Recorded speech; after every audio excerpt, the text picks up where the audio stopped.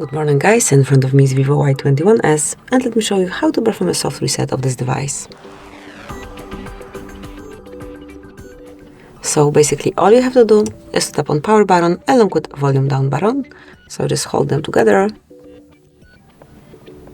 keep holding,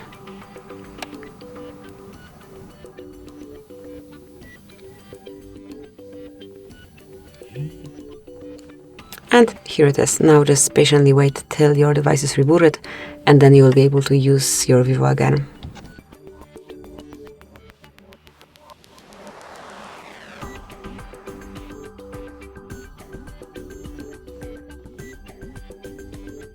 And that's it. Now you can unlock your device smoothly and use it.